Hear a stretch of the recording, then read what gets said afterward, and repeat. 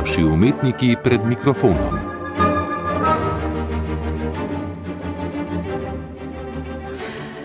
Metod Pevec je večkrat nagrajen režiser igranih in dokumentarnih filmov. Poznamo ga po filmih, kot so Pod njenim oknom, Lahko noč gospodična, Aleksandrinke, Dom, Jaz sem Frank in drugi. Metod Pevec se je tokrat s kamero namenil za zidove slovenskega zapora na Dobu in je ob pomoči psihiatra Vladimirja Miloševića s skupino tamkajšnjih obsojencev leto in pol snemal terapevtski proces psihodrame. Iz posnetega je nastal film Ko pridem ven, ki gledalcem ponuja redek vpogled v notranje življenje obsojencev in premišljuje o izvorih kriminalnih dejanj, pa tudi o ustrezni rehabilitaciji, ki bi morala spremljati kazni. Z režiserjem se je ob ljubljanski premieri filma, ki je jeseni na Festivalu slovenskega filma v Portorožu prejel nagrado občinstva, pogovarjala Petra Meterc. Metod Pevec za film Ko pridem ven ste se s kamero odpravili v zapor na Dobu.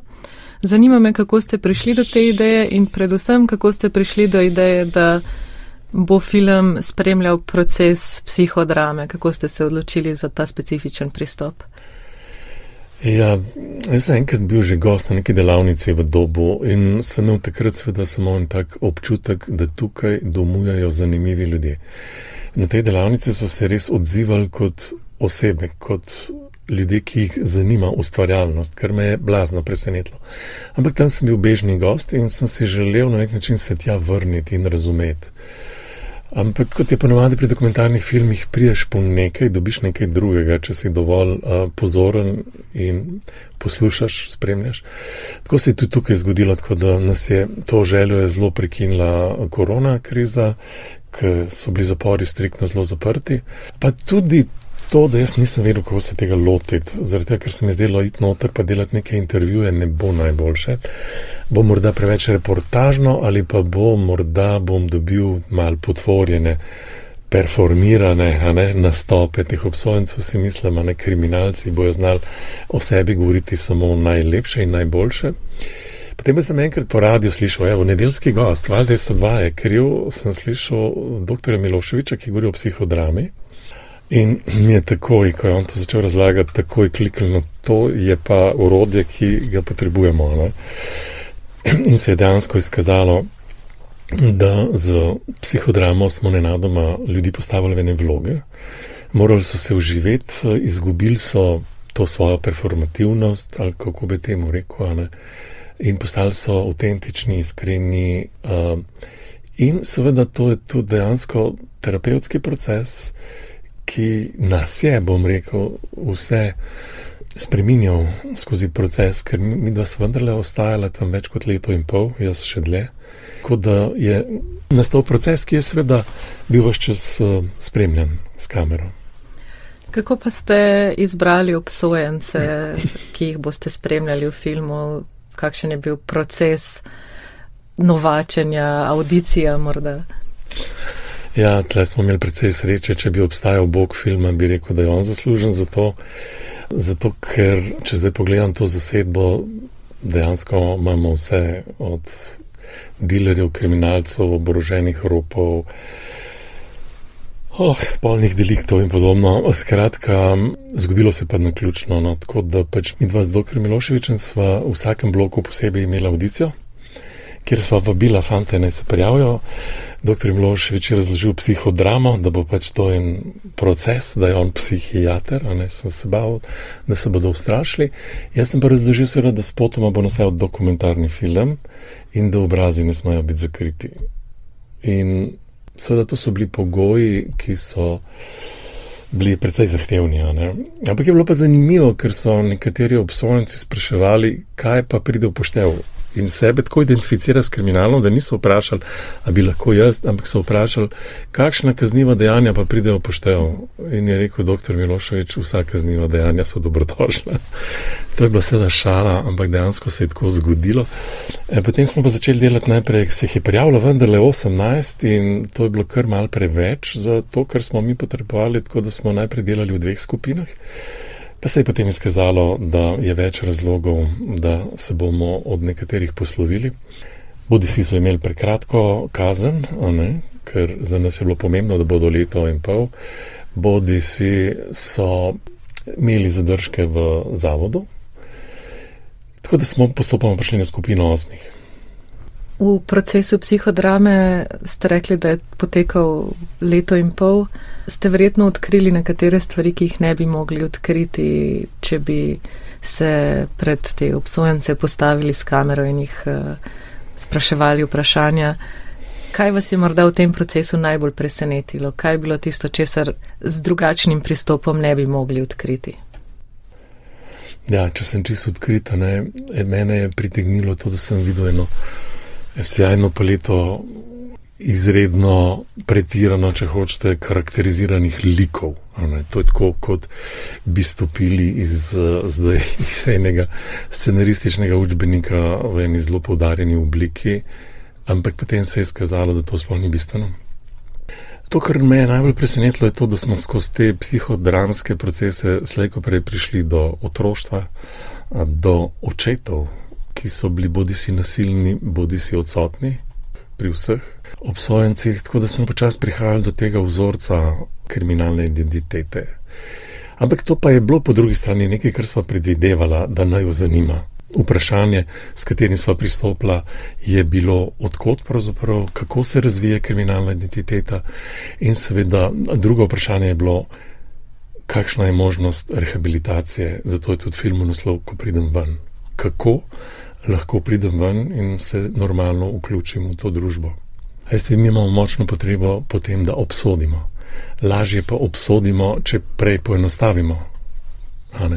Zaradi tega bil naš namen, da pravzaprav stvari povemo skozi njihovo kompleksnost.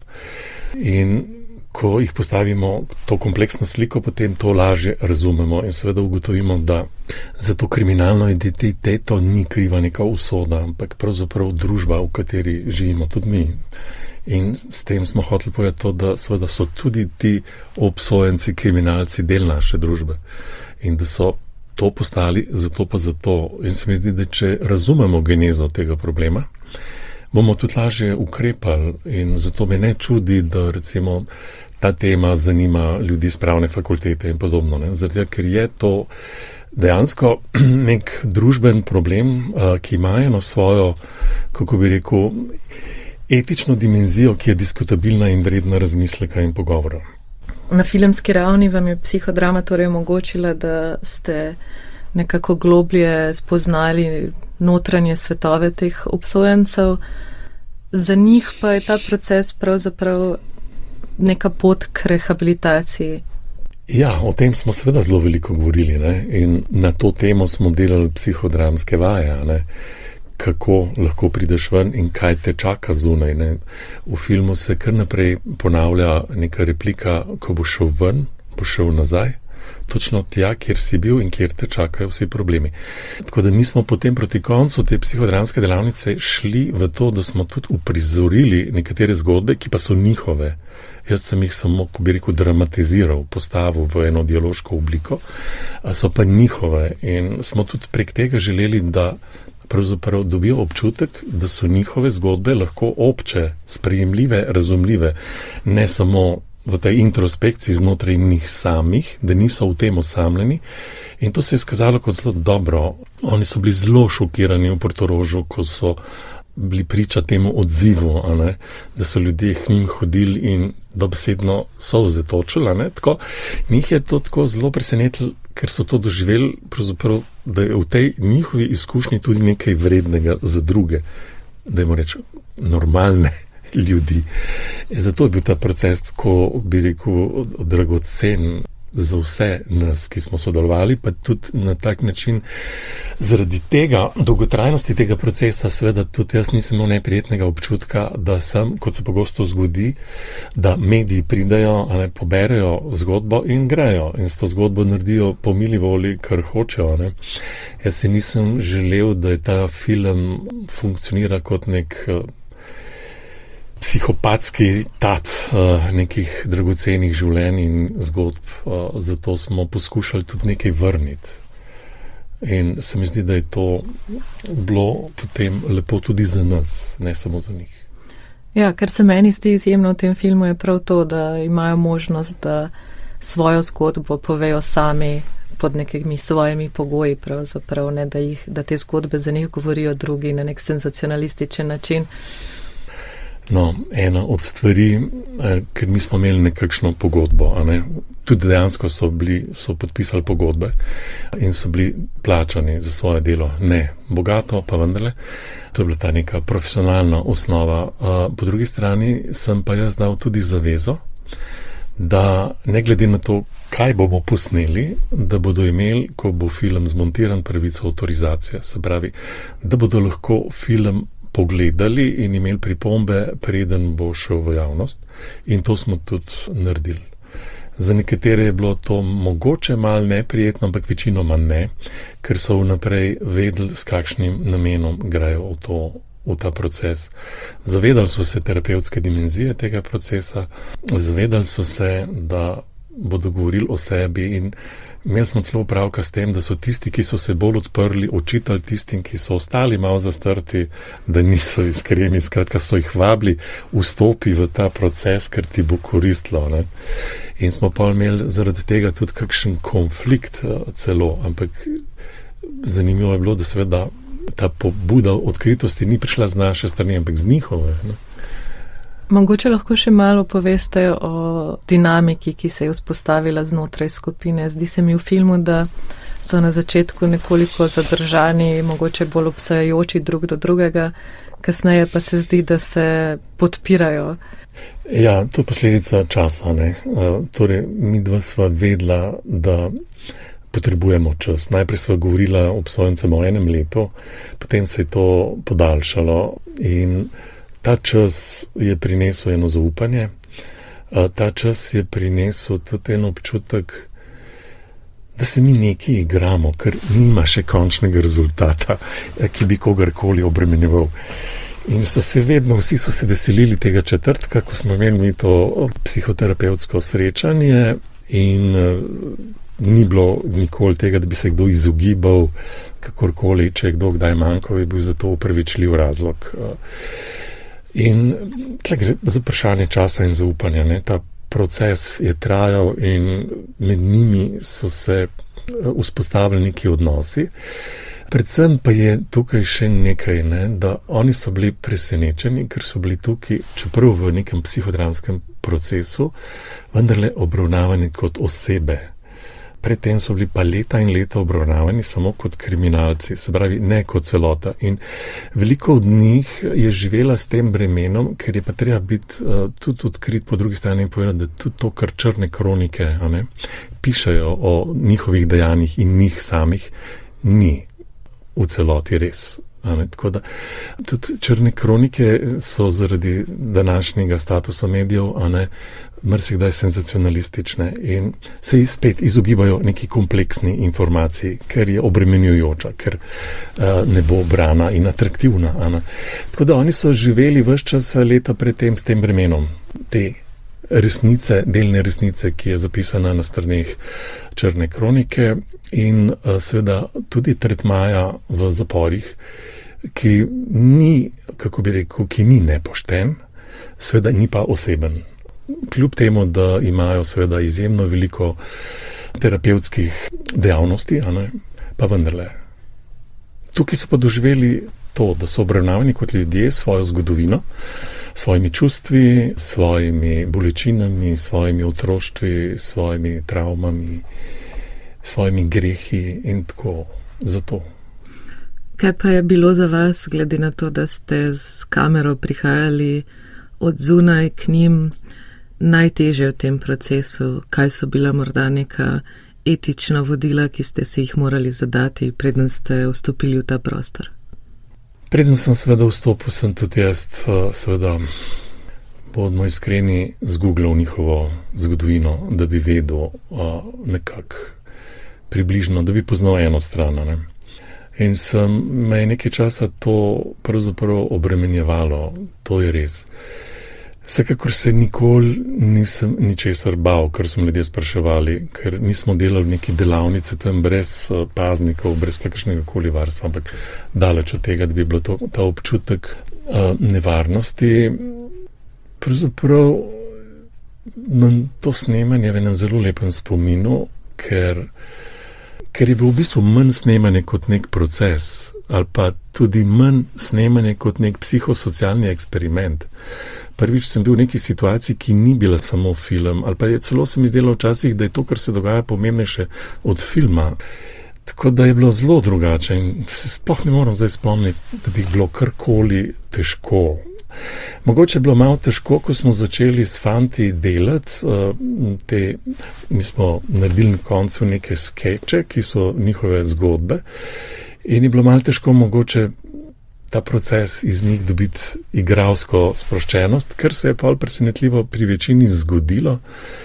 Edino, kar je bilo, pol se nismo upali na oder, ampak smo te skeče posneli in jih prikazali. To je bilo najtežji del, ampak najtežji del zaradi dela samega, ki pa je normalen proces. Kako pa ste se potem spopadli z montažo? Predvidevam, da ste imeli res veliko gradiva, glede na to, da ste snemali vse 1 leto in pol.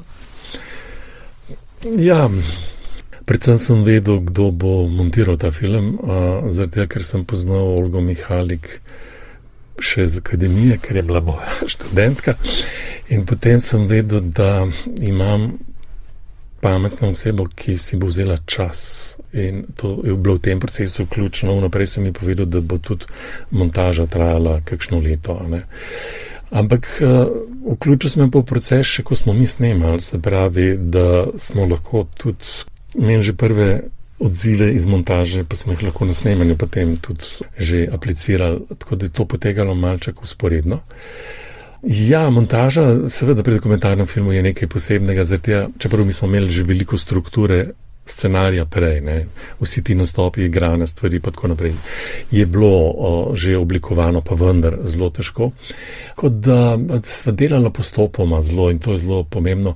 Najprej sva montirala, oziroma je Olga montirala tematske sklope, ki so bili zelo obširni.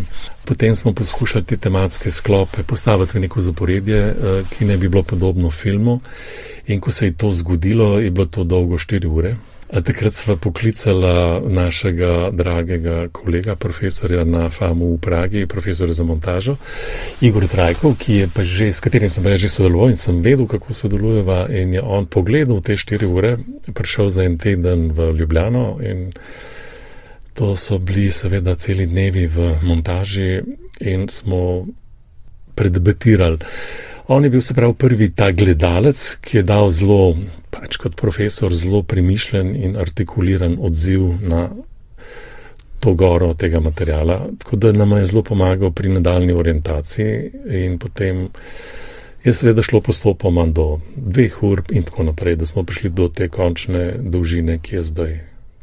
To je tak proces, ki potrebuje čas, je podoben kakršnemu koli zorenju, ki nikoli ne gre hitro, ampak res postopno in to je to.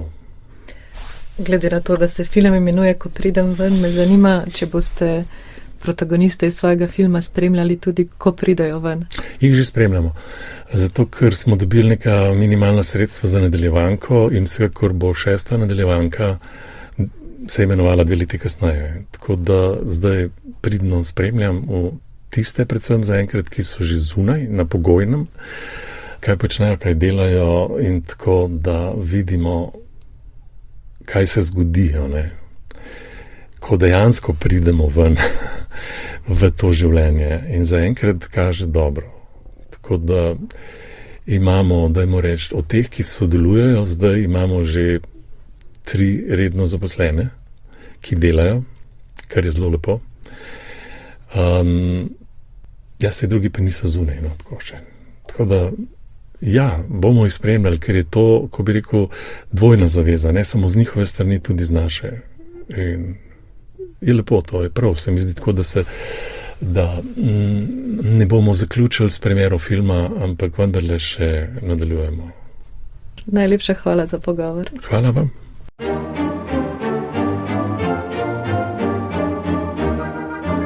Na Naši umetniki pred mikrofonom.